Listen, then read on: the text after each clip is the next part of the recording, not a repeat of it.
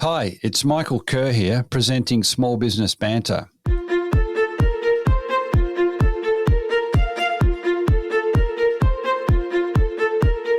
Welcome to the Small Business Banter podcast. I'm Michael Kerr, your host, and I'm also the founder of Kerr Capital, where I work day to day with business owners. The Small Business Banter podcast is built just for business owners and will be especially relevant if you're an owner looking to sell, if you've been unexpectedly approached by a potential buyer, or if you're an aspiring owner about to buy a new business. There's a lot on the line personally and financially. It's stressful, it's emotional, and it's usually new territory. So to help, each episode of Small Business Banter is a discussion between me and another business owner or an experienced small business advisor. We talk about their experiences. So what you'll get is practical, real-life advice, different takes on everyday problems, and a renewed confidence to tackle your own business challenges.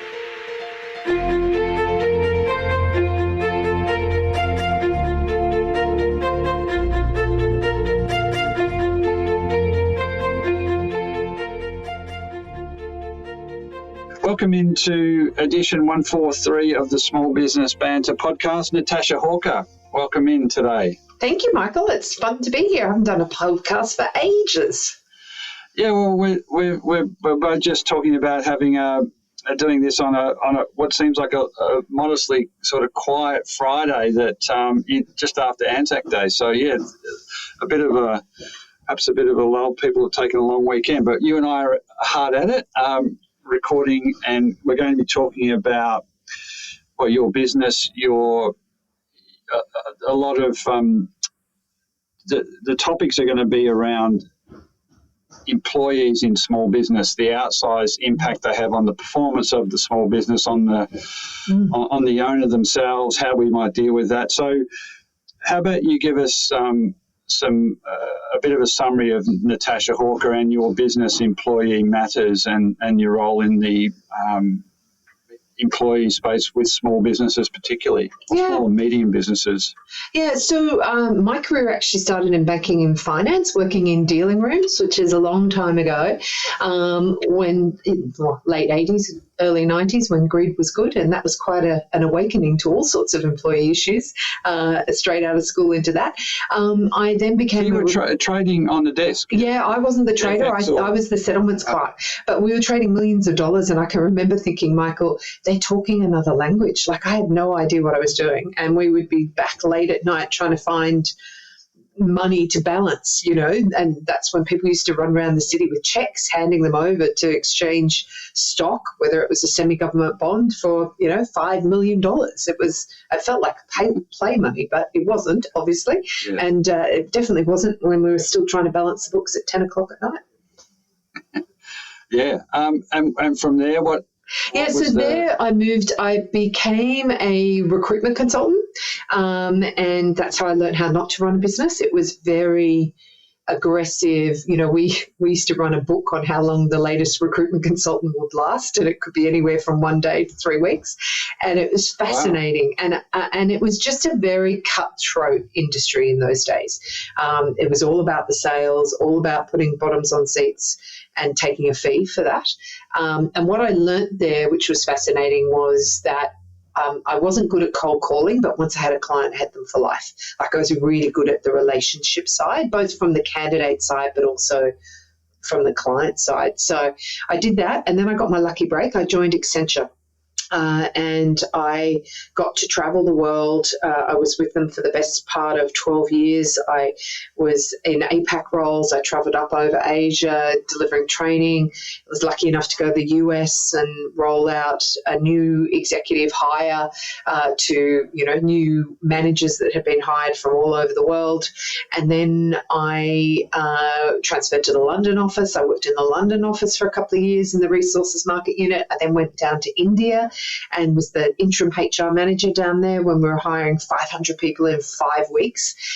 Fascinating experience. I had a whole team that had never worked for a woman before, and they were all going to get married before me, but none of them had met their partners yet. And I'd happened to meet my now husband, who you just met in the green room when we were sorting out my IT, and I'd met him, and 3 weeks later he proposed, and then I ended up on a plane to India to work for the next couple of months. But that's a story for another time. My husband and I started Employee Matters, Michael, 12 and a half years ago now. We have 17, I think 18 people across Australia, New Zealand and the Philippines. We provide HR recruitment, HR information systems support to small to medium businesses who either don't have a full-time HR resource nor do they need one, or they do have a junior HR resource and they need some extra level of expertise to help with some of the more tricky matters. And as you know, at the moment, there's so much in that ER space. And I think, I'm really passionate about HR. I believe that exceptional HR doesn't just fix or even prevent employee problems. Exceptional HR is your competitive edge for more profit, more growth, and the sustainability of your business. So we're very business focused. It's about results. And who doesn't want more of that? Yeah, well, and if you're going to get results in a small business, in the main, you're going to have to get more from your employees, engagement, productivity, enjoyment, willingness to come, turn up. So, yeah, and you're squarely in just under the, I think you said up to 17 or 18 employees with a few outsourced, but, that traditional definition of under 19 is where we cut off, the small, medium enterprise. Yeah, from a HR perspective, it's 15 and under, and that includes casuals, so a lot of the legislation has small business, and typically, it just means you get more time to implement the stuff that the bigger end of town has 6 months and you've got 12 months, before you need to implement. So that's the advantage of being a small business there. Or that you don't, for example, have to pay redundancy if you're under 15 heads. That's a good one, because redundancies can be very expensive. Yeah. Interested, your 15, like the size categories have been around for some time, haven't they? And then we get another one, which is probably, being under 15 for those laws. Another question for me, why can't we, these are some of the things that just make it just a little bit more tricky, as to where you sit. Anyway, the motivation for you and Mark to start Employee Matters, you went from trading room to almost like trading people. It sounded like in the HR firm. I ran a temps desk. It literally was trading people, trying to get people into jobs.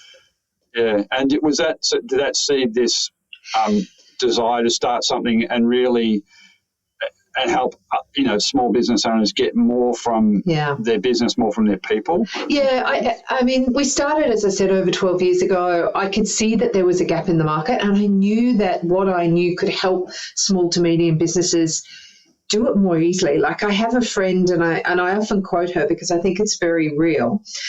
I'll never forget. She said to me one day, Michael, she said, running a business would be so much fun if I didn't have employees. And she's not alone. A lot of people think that. And I could see there was a real gap in the market where SMEs didn't have access to HR and recruitment, and that limited their success, because you may be in business because you're passionate about whatever your business is, but once you start getting people, you potentially get problems. So Mark and I actually, he had a career in banking and finance. He worked in Coutts in the UK, Macquarie Bank out here, and leveraged equities. I think I look back at it now and it's like we sold our brand new Kia Carnival. We had 3 kids, 4 and under, to start the business. We then sold our house in French's Forest to continue it. And, it's very much a husband and wife team. And I've had a lot of people, Michael, have said, God, I could never work with my husband, or God, I could never work with my wife. Mark and I are quite lucky. We are both very good at what the other one isn't good at. And I think, starting and building and sustaining a business is really, really hard. And I think to be a business owner, I think you need to be incredibly resilient. You've got to take those knocks, quickly get up, dust yourself off and get back to it. I think you have to be incredibly optimistic to know that with hard work and effort, it will turn out okay in the end. And I think you need to be a little naive, because I think if we knew then what we know now, we may not have been brave enough to start. And I think, I think that naivety is key, because I think a lot of people, you just don't know what you're getting yourself into. You really don't. Yeah, look, you've made you both have already made significant sacrifices, and that's, mentality, psychology of it's just around the corner. There's a bit of naivety maybe, but that's what fuels a lot of small businesses. But I think, to your point, what continues to intrigue me deeply is that what it takes to be an owner and a founder and to continue through all the hard times, I think can also be your biggest negative when it comes to your expectations of others.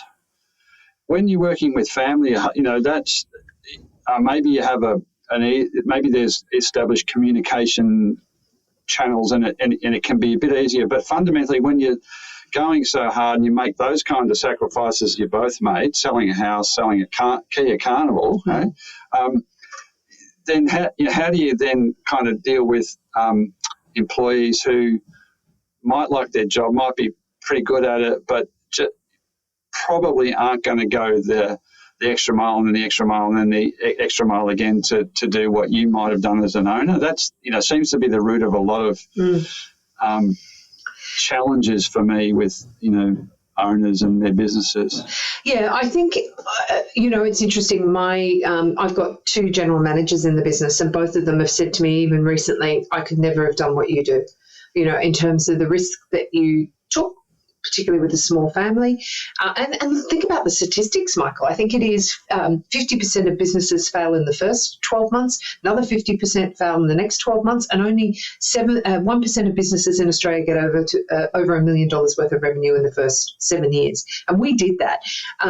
But to your point, I think you have to recognise that when you're in it and when you own it, I often joke, over the years, I think I could have earned more flipping burgers at McDonald's than what I have. Yep. But equally, I'm passionate about it. I mean, I have an office at home that's well set up. That's what you're seeing here. And my husband often has to come and drag me out because I love what I do. I come and tinker here, and it's building something, and I get such a buzz out of the learning and such a buzz out of seeing where we were even 12, 18 months ago, 6 years ago. I think with the people side of things, I firmly believe that your employees are your greatest asset. They're also potentially your greatest liability and should be treated as such. And I think what we've done really well is build a team of people that really value Mark and I, value our business, value what we're trying to do, and we treat them well. Christmas, for example, we said, we actually picked individual presents for everyone in the team. So, for example, Peter, who's our BDM, he's got his RV. He and his wife have bought an RV and they want to travel around Australia. So we bought them like those big 4 caravan park things, like a voucher for that, so they can do that. Yeah. David, our GM, had a sickly dog, so we bought him and Marissa a couple of days away at a place that could take dogs, So, I think being thoughtful like that really helps, but then we're also about giving back. So we got everyone to do a half day, which we paid for, to go and do a charity of their choice.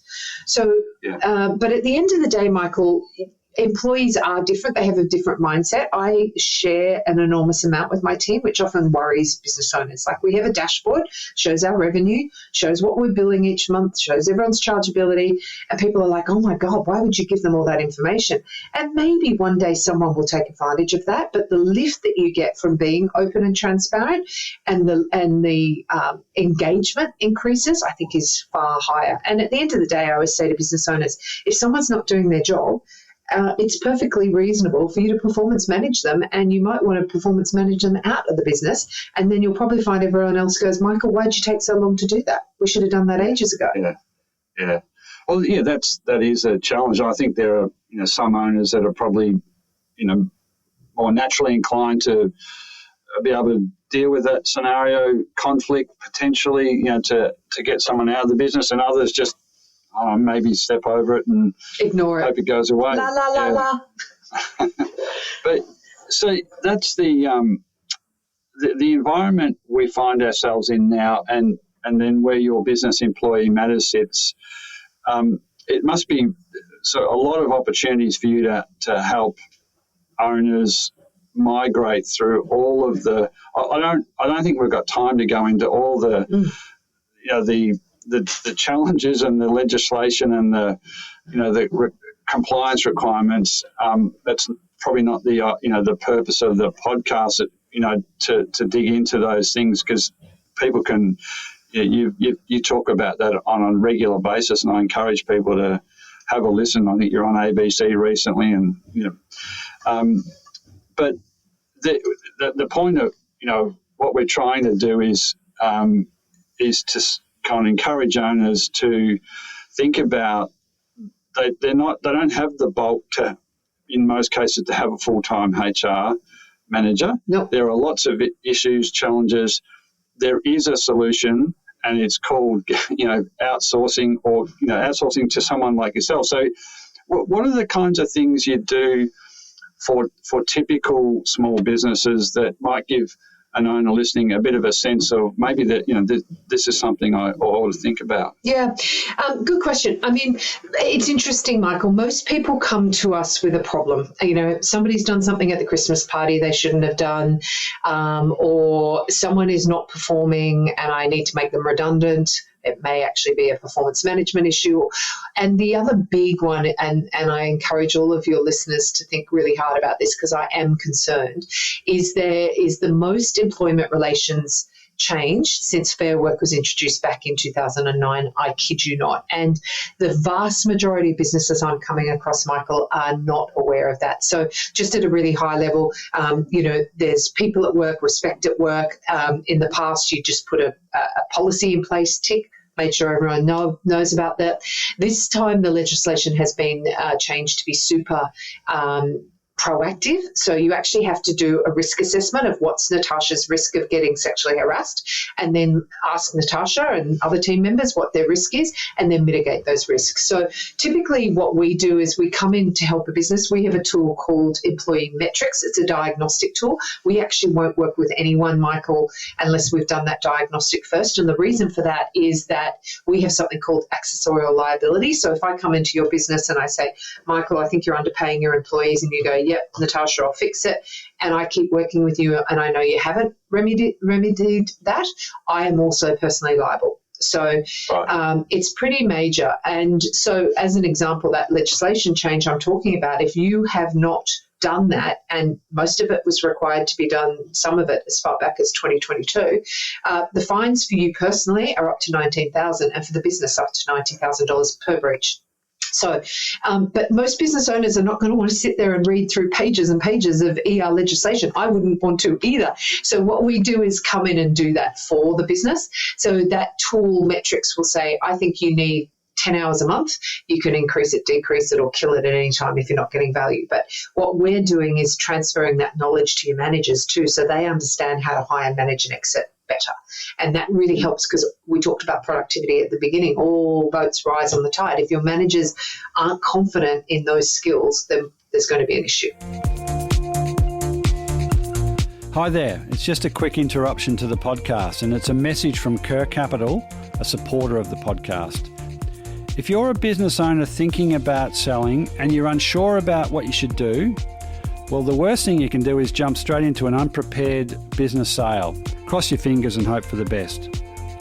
If you want to take control, get a sense of what your business is really worth and a plan to make it more sellable, then head over onto the Kerr Capital website, check out the value and sellability diagnostic. If it piques your interest, contact me, Michael Kerr, or book one of the free 45-minute diagnostic calls. Now let's head back to the podcast. Right.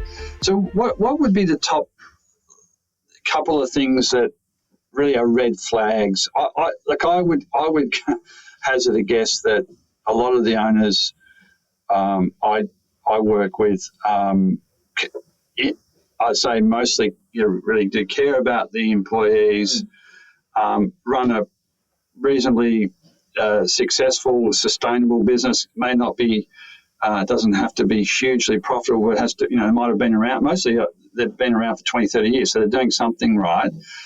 But I feel like there's always going to be things that just for whatever reason, don't get on their radar? What are the ones that you would Major say red flags they ought to worry about and do something about? Yeah, so there's a couple of quick ones at the moment just because they're so topical. Pay secrecy, so everyone literally flinches when they think about this. But in the good old days, we used to have a gag clause in all our contracts that said on pain of death, like you cannot tell anyone what you're earning.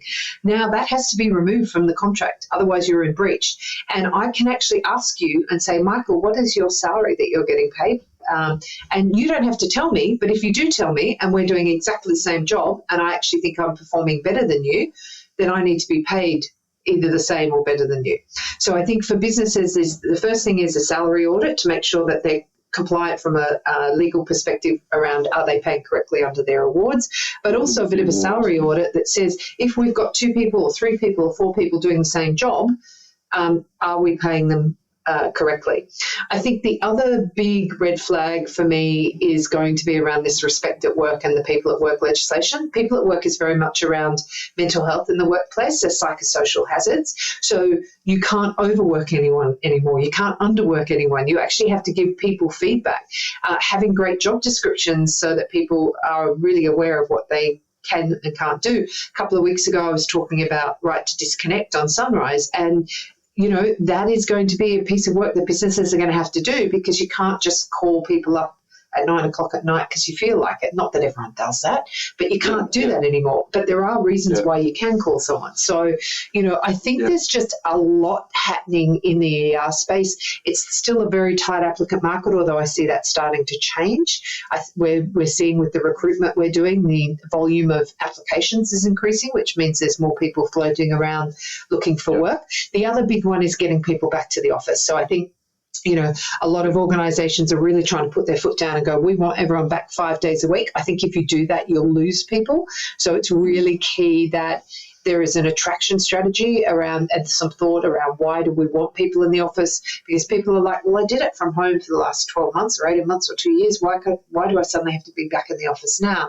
So, that collaboration piece and gamification around why you come to the office is important. And I think most businesses are really getting stuck around 2 or 3 days. That's about as best they can do.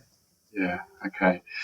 Look, one of the things is that would you typically do a diagnostic you talked about, just to set the scene for an owner or owners? Yeah, it's great because what it does, Michael, is it gives them a traffic light report, green, amber, red, and all the recommendations, some of which they go, oh, I didn't know that, but now I know that, I can go and fix that. I don't need Employee Matters to fix that.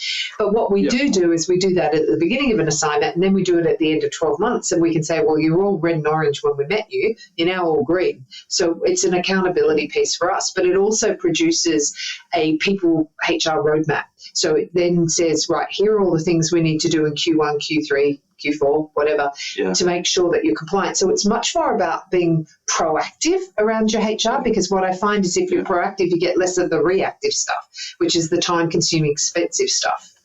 Yeah, I think it's getting those unknown unknowns into the you don't know category. Yeah. But also I think,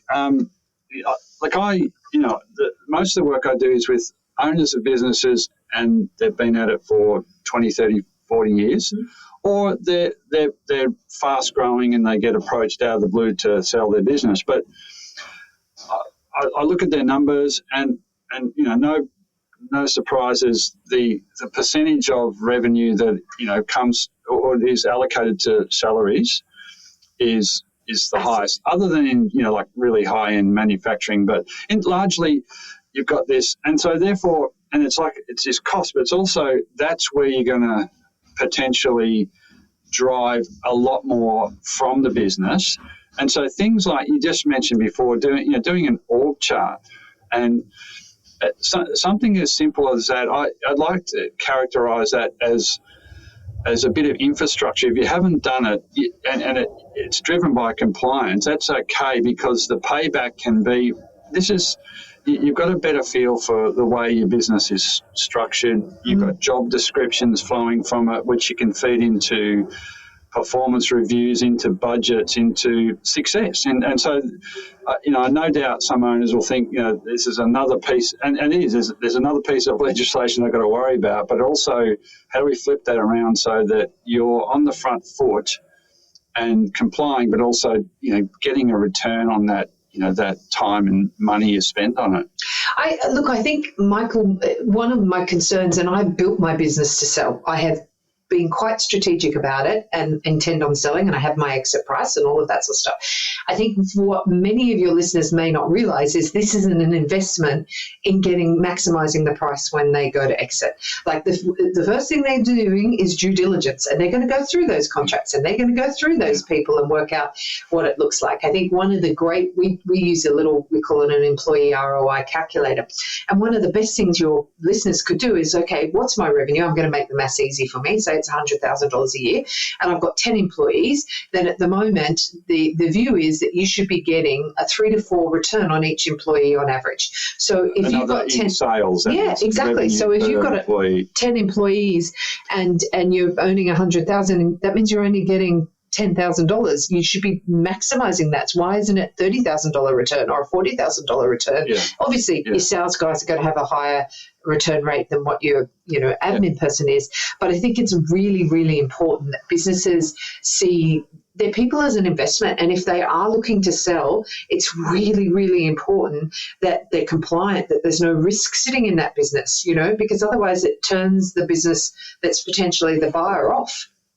Yeah, look, in a lot of businesses, the employees are vital today, and you can get more out of them. But certainly, on transition of that business from one owner to another, this is really a tricky point where the owner's got to go through all of that stress about thinking about selling. What am I going to, how am I going to make sure that all my customers stay with the business because the deal won't go ahead or won't be priced the right way. But, it's always, in a lot of cases, staff have such a massive influence on the outcome of that sale process. And I do want to get to talk to, this idea of employee ownership, which is kind of it's been around for a long time. But I'd love to get your perspective on how you see that helping businesses sustain themselves. But I just wanted to reintroduce and mention we're chatting with Natasha Hawker today from Employee Matters on the podcast. So with that said, this idea that you're going to invest now for and you get your return when you get a better sale price. What about that period? You're an owner.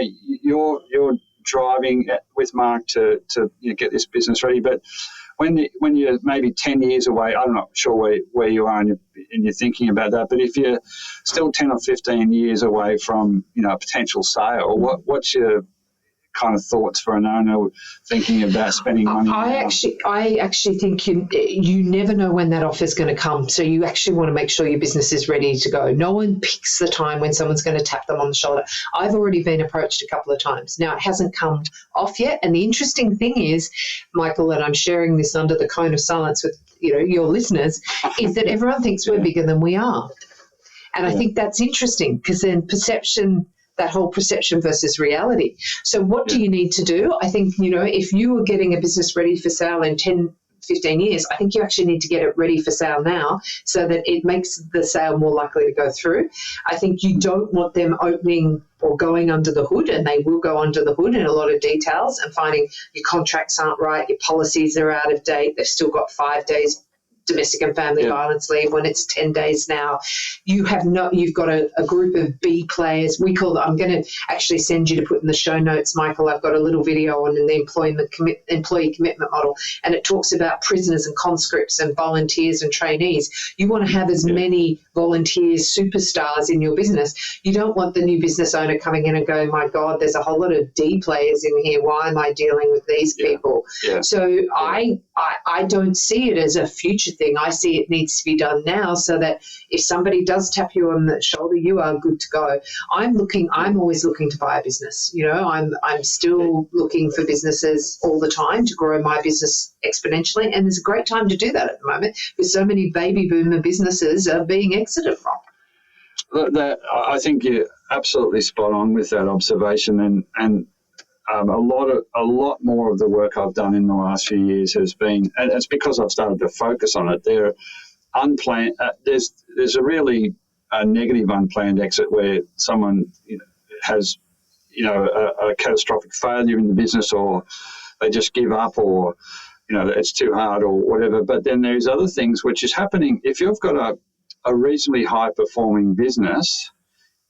There's no question that in a lot of the industries that we'll come across, there'll be a bigger player eyeing off, just like you said, yep, smaller players, or even similar size to take advantage of opportunity. So for all the good work, and you should obviously think about when you ideally would want to exit and what you should do to drive a better outcome for you. But you just got to be ready because the opportunity may just come completely out of the blue, and it does all the time. And then it's you don't have to dive into due diligence straight away, but if you get caught on the hop because you haven't done any of this stuff, it just affects your price. Yeah. At the end of the day, your valuations decrease. One of the reasons, and even think about it, like one of the reasons why we have products that are monthly reoccurring revenue kind of products is because that increases my valuation. Professional consulting firms are 2 to 4 times.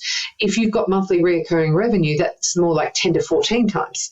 So that is a great example of something that I've implemented early because I want to increase my valuation price at the end. Yeah.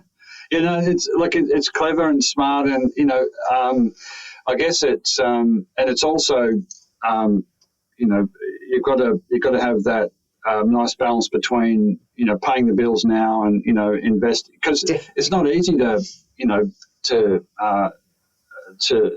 you're almost running like a SaaS or a software business. Maybe it's a quasi software and almost like a professional services thing. So, yeah, it's excellent to hear that. With regards just generally getting employees involved in some way, whether it be as an owner or as part of an incentive plan, open books, what's your thoughts on that? Because it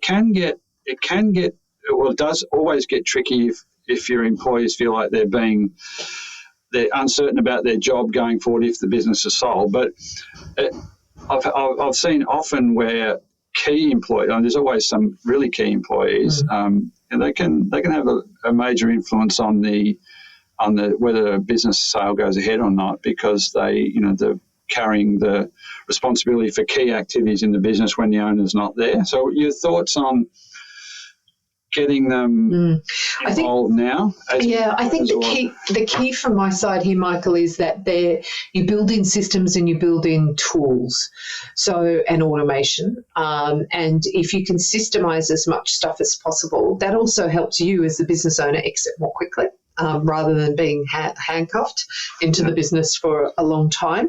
I do think it's really interesting around employees and their buy-in, and they are critical because, the only way you can grow a business is to delegate. Those owners that keep everything to themselves reduce the ability of their business to scale. And that's challenging letting go too, because you've got to trust people. So hire well, it's absolutely key there. So I think, in terms of your question, did you want to talk about share ownership now? Is that where we're going? Look, I think so, because, it's been around for, different forms of worker employee ownership. Has been around for a long time, but, I kind of look at the numbers of SMEs at the moment. I think we're, call it 2.5 million or something, but 60% or more of them are zero, employees. And I champion the idea that you be self-sufficient, but, and then, in the end, I think they did 8% of the 2.5 were call it 5 to 20 employees. This is roughly speaking. So the belly of these really strong, emergent small businesses, there's not an awful lot. And I wonder if some owners just saying, I never want to grow, so I'll just stay by myself. That's okay. But what's to get that smallish number of small businesses up to being a medium or a large? What do we need to do? It's going to take more than the owners, the current owners. I've got a very strong view on this. I have invested personally well over $250,000 in my own business education, and I would not be sitting here today if I hadn't done that. And that's everything from negotiation skills to business coaching to my AICD course to media training, you name it. And because when I started my business, I was great at doing HR. And I often say when people come to me now, Michael, and they go, I want you to do my HR. And I go, no, you don't. My team are infinitely better at it than what I am. I've been off the tools for a while. As they say. So it's really, really interesting. And I think that is holding businesses back because they don't know how to grow their businesses. They haven't invested in themselves or invested in someone that can take them to the next level. In terms of that employee ownership part, it's a really interesting one because I think that it can be very attractive at the right time for the right employees. Now, you don't want to offer it to everyone because you want to handpick the people who you think are long-term employees who are adding value, who are going that extra mile for you. And obviously, I think the business owner's always got to have that mind of, okay, well, I can get my business to this size on my own with no investment. And potentially if I do an employee share scheme, whether it's them buying into the business or it's a gift, however you want to do it, I'm going to be giving away a small chunk of my business. And mentally that can be a little challenging for some business owners, but if it's a piece of, it's a 5% piece of the pie and the pie is worth $10 million versus $1 million and you own all of it, then there's some food for thought there. I think from an employee perspective, nothing gives them greater pride or motivation or initiative than actually owning a small bit, because most business people come to me and they go, I could never start my own business. I could never do what you're doing. This is a way that they can do it in a very relatively safe way, but it will definitely make them go above and beyond and maybe call out, a workplace health and safety issue because they're in the trenches with you. It's part of their business. It gives them cause for actually making sure that the business does do better because they're going to get rewarded out of it. Yeah. Look, I think I don't think you and I would disagree. There's a lot of other small business advisors that would violently agree that if you could get that hyper level of engagement through some level of ownership or sharing in the rewards of the business, that everyone's better off. But the interesting conundrum sometimes is that, and it's the power of doing exit planning for you as the owner, because often employees are can be the natural next owner of the business, and so that can be a way to kind of mitigate all of the potential risks we've talked about. So bringing them in early with a share, knowing full well that they have a fairly good say-so on who ends up buying the business, if not them, and so then you're exit planning to the employees or the key employees. So that's really about the owner saying early days, having a look at who's going to buy. Who should buy the business? Who should be the natural next owner? And what let's be brutal. What if I don't sell it to the employees? What's going to happen to the business? And I think there's another way of thinking about it too, Michael. And it's been a strategy I've been playing, and it's helped me grow my business 20 to 40% year on year. Is around partnerships. So working with people who have your clients before you do. And for small businesses, they're often hamstrung by the fact that they don't have great marketing budgets or they don't have a marketing person and they run out of connections. And, an example of, if you work in professional services, you might talk to an accounting firm and partner with an accounting firm, and they might start sending you clients their way. They might also potentially be a purchaser of your business. Yeah, no, fair point. And this comes from being active and and not falling for the trap of I'll sell when I'm ready down the line. And you know, in that thought, you don't have to commit to doing anything about selling at a specific time, but you do need to be, you need to be a couple of steps ahead, don't you? That's all I guess what all we're saying. What about just to slightly shift the conversation? How ready are employees to, how willing to become owners, to be owner ready? If there's, I'm just throwing out a term there, but because you mentioned someone just a minute ago that I couldn't have done what, having gotten intimately aware of what the owner went through, I couldn't have done that.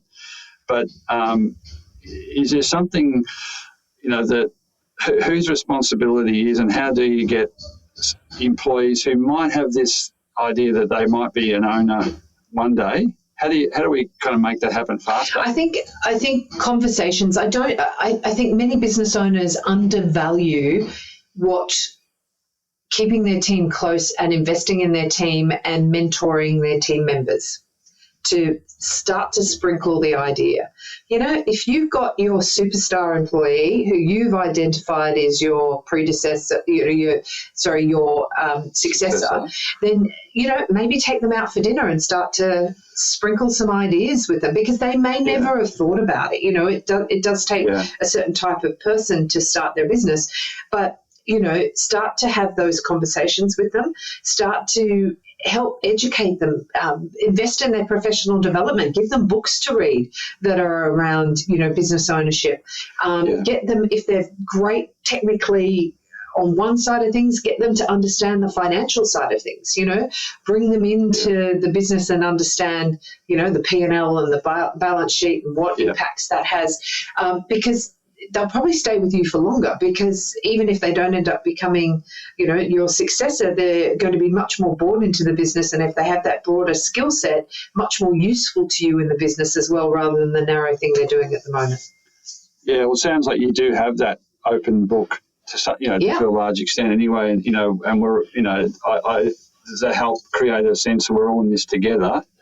Because the business is striving for something, and pretty much every moment of the day you can move the dial if if you're thinking about it.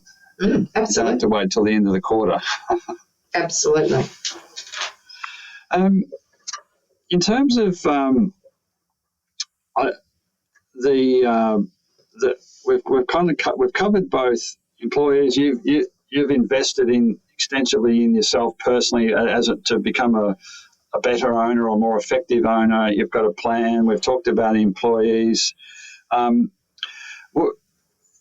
What's the if there is a bridge to cross between employees and employers, is what are the things you talked about? Open book finances. What other ways can you endorse effective to get them closer? Yeah, I think, if I think about what employers need to do to run their businesses better, thinking about their employees, I think you need to have a very compelling employee value proposition, Michael, which is why your organisation is a great place to work. This helps with recruitment as well, because at the moment it is still a very tight applicant market, which means it's changing, but it's still a shortage of those high quality employees that you want. So those organisations that can not only articulate it and put that in their ad, but also their hiring managers are able to articulate why this is a great place to work, because you're competing against your competitors who are also trying to employ this person as well. That's really, really important. I think organisations that are transparent, that train their people. I'm always of the view what doesn't get measured doesn't get done. So, I think we did an amazing job of moving to working from home overnight during COVID. What we've not done is do it so well with those organisations or those individuals that are continuing to work from home. How do you measure that performance and make that happen well? I think, that transparency and that mentoring, bring people on the journey with you. As an example, We had our best financial year last financial year. So as a surprise, we had our team day, which we do every quarter, and we bring our remote team together. And so we said to them, okay, we're going to do some professional development in the afternoon, and then you need to be at this point at this time. And next thing, a large catamaran boat comes around and we take them out on the harbour for Vivid. Yeah. Now, that whilst that's an expensive little exercise, it does bring a lot of goodwill. When I have to ask someone, can you pick up this extra client? I know you're a bit busy at the moment, but could you just do it for me? I need a favour. They're more likely to do it because they see that, we appreciate what they're doing and that we acknowledge what they're doing.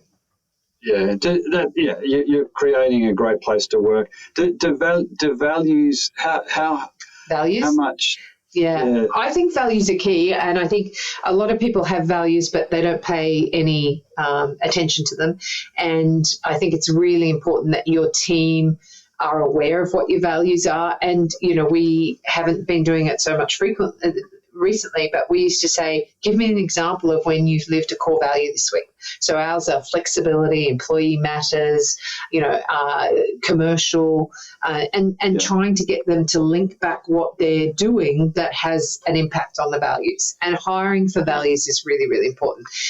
There's nothing going to bring an employee-employer relationship unstuck quicker than when there's a values disconnect. And I think the classic example of that, Michael, and we see it happen often, is where a very senior person who absolutely can do the job standing on their head goes into an organisation and shoots straight back out very, very quickly. And that's generally, it's a values issue or a cultural issue that they've got, this is not the place for me. So there's too much focus on the job description, the KPIs, but not enough about what kind of organisation and people we are versus, who you are personally. People leave leaders, not organisations. So it's really important that your leaders are great leaders, because they're the ones who are, and this is a bugbear of mine. We touched on it at the beginning. I really believe most managers in Australia, and that's not all their fault, just don't know how to do three things: hire, manage, and fire better. And if they could just do those three things better, your productivity would lift. And a large part of that is that we haven't invested. We often promote people to their level of incompetence often, or we give them a management title and say, there you go, and there's your team. And they're like, I've never run a team before. How do I do this? And so, teaching them how to motivate people, how to train them, how to get the most out of them is really, really key. Yeah. I think what comes through strongly for me is that you have spent invested heavily in your own development, and therefore, we don't have none of us have all the answers, and we can all get better. Employers, owners, employees, it's just creating that incentive. You've got a very clear one. You're running a great business, and for others, it's not so clear, unfortunately. In your team, you've got a mix of, you've got some outsourced. Is that offshore? Yeah. So the team is my EA Kathleen, who's excellent. I love Kathleen. She's based in the Philippines, and she's worked with me for about 2 years. Amazing. I have a team member in New Zealand, and she's a contractor because she's in New Zealand. And then most of my team are Australian-based, and they're a mixture of casuals and perms. The difference with us is our people come to us, Michael, and we say, how many hours a week do you want to work? And they go, 24. And then we build a portfolio of clients around that. That is very different. Now, it was unique when we started it 12 years ago. Yeah. Obviously, COVID has meant businesses have become more flexible, but still there are very few organisations that say, you tell me how many hours you want to work and we'll work around that. And we've seen people ebb and flow, between having a baby and not having a baby or whatever. Yeah. We have been very successful hiring people who are in that childcare rearing stage that just need to take a break from corporate, because often what happens is they get a part-time job, they work full-time and get paid part-time for it. It is the risk. And then we've had a lot of very successful employee experts come to us at what I call the twilight of their career, and they're not ready to hang up their boots just yet, and they want to keep delivering, and it's that transition into retirement, which works really well as well. And the clients get the benefit of that 35 years experience. There's a lot of, excellent. So, you're very clearly demonstrating that a traditional hierarchical structure of, full-time employees has just been completely unwound particularly in the last, since through COVID. And so you can tap into fractional resources, you can tap into, you can even say, how can you add value to my business, and how many hours. So, you got to be creative. But I think if you know what you're after and what you're trying to achieve as a business, it probably makes that a bit easier. Absolutely. Just living the day-to-day is, going in and smashing the head up against the wall is, is hard work. Natasha, really insightful chat from someone who's an owner, a small business owner who works with other owners. I'm sure a lot of that will cut through. I just wanted to give you the opportunity just to do a couple of things. The sort of resources. You've written a book. Yeah. Talk about that, and talk about my audience that I want to speak to, and I want to help directly by having them run a more sustainable business to on their terms. Where would you? Is it to go for personal professional development? What are your sort of top things to say to an owner if you're in a bit of a rut or you're not quite sure? Do these few things or try these few things. So from a resources that could help from a HR perspective, yes, you're absolutely right, Michael. I wrote a book called From Hire to Fire and Everything in Between, and that is built around our 9-step employee life cycle, which is hire, manage, policy, wellbeing, engagement, training, measurement and exit. I think that's them. That employee metrics, that software that I was telling you about, that diagnostic tool, that's also built off that. So it's a great way to have a look under the hood and make sure you're compliant. I also have a podcast called Employees Matter. So there's some things that you could get some help. On our website, we have an ER, what are your top 7 risks from an ER perspective at the moment. Really good for businesses to have a look at that, because I would suggest many of our listeners today aren't compliant, and it really worries me because a fine of something like that, and I'll give you a really quick example, and they were horrible employers. So it's a worst case scenario, but there was a Thai takeaway in Sydney, 4 shops. They had a lot of vulnerable migrant workers. They were systemically underpaying them, falsifying records, and the HR manager was complicit with it. Their fine was $4 million for the business owners and the business, and $105,000 personally for the HR manager that had done the wrong thing. So you've got to get this stuff right. Was that HR manager that wasn't an owner? That was a HR manager. So here's the thing: managers are at risk. So if you are, for example, let's give another quick one: domestic and family violence, 10 days leave. But the key with this one is, Michael, that it cannot have on the payslip that somebody took domestic and family violence, because that goes home to the perpetrator. So you've got to make sure, and it's on a confidentiality, needs to know basis. So if breaches around that, if that would be a breach if it had it on the payslip. You asked me about what I would suggest has been the most successful or helpful things I've ever done. I think at the beginning it was business coaching, because I didn't know how to run a business. At that time I was good at HR and had absolutely no idea what I was doing from a business perspective. So I think that was really helpful. For me, and I don't know whether this is more me as a woman business owner or a female business owner, I had to get better at negotiation skills. So I read a book called Never Split the Difference. I then went and did coaching with one of their black swans, a guy called Derek Gaunt, who I absolutely loved. And I've just had a cup of tea arrive from my wonderful daughter. Thank you. And I did I did negotiation skills coaching, and that was amazing. I learnt skills, and that's given me a framework to manage conflict. It's given me, I get much more of what I want these days. So I think that was really, really good. And I learned a hell of a lot at AICD, just general governance and good business practices. So they would be the key things that I would share. Look, and being present enough to say, I'm probably short here. I'm not going to be too hard on myself, but I need, we can all, complement what we do well with, other skills and learnings. One of the things we've had quite a number of discussions on this podcast about the use of coaching, but leading into advisory boards, pop-up advisory boards, which is, when particularly through a high growth kind of company or a growth aspirant company or someone looking to exit, to bring in that set of advice. Really sensible. Really sensible.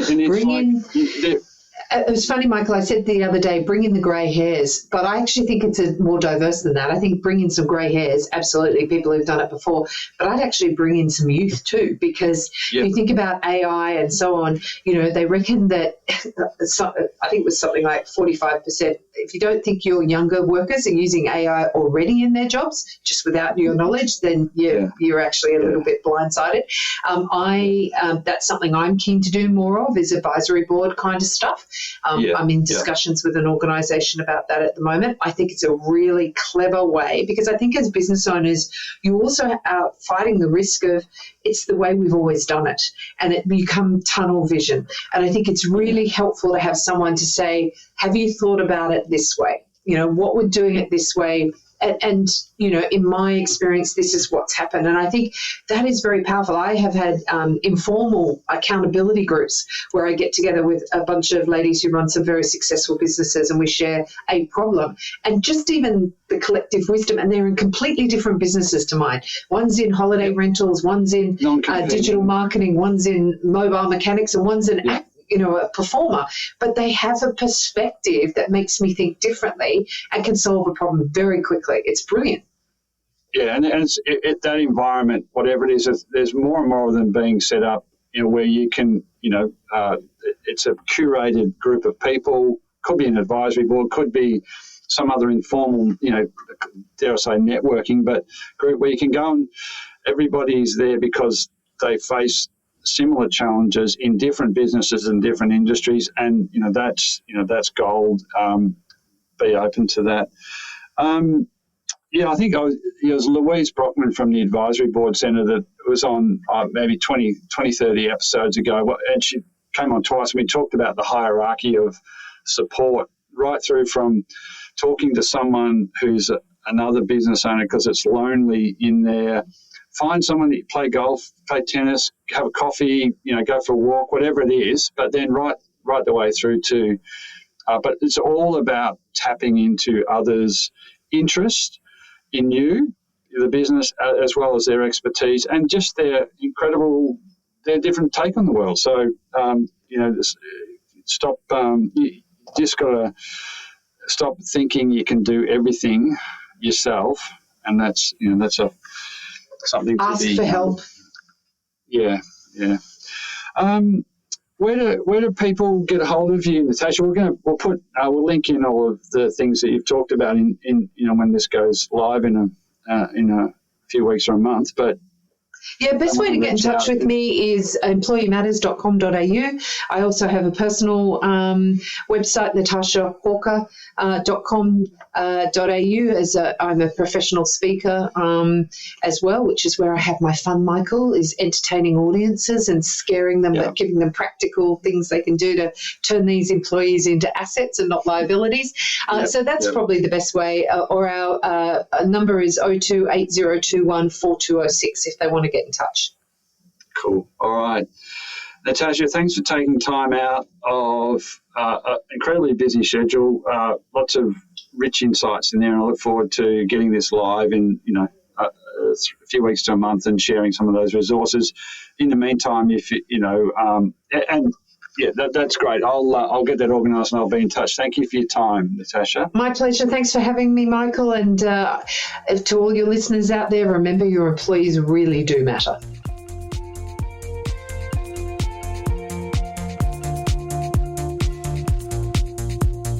Well, I hope you enjoyed that episode of Small Business Banter, and I hope it was helpful in you getting the most out of your small business ownership. To subscribe or listen back, or to check out any of the resources or information we talked about today, head over to the website smallbusinessbanter.com.au, or if you want, search up Small Business Banter on your favourite podcast player. Don't forget to subscribe, and if it was really helpful, I'd love it if you told another business owner about the podcast. If you thought it was helpful, then how about you leave me a 5-star rating? If you think I can help personally, please reach out to me, Michael Kerr, via the website. There's a new episode out every couple of weeks. We'll catch up then.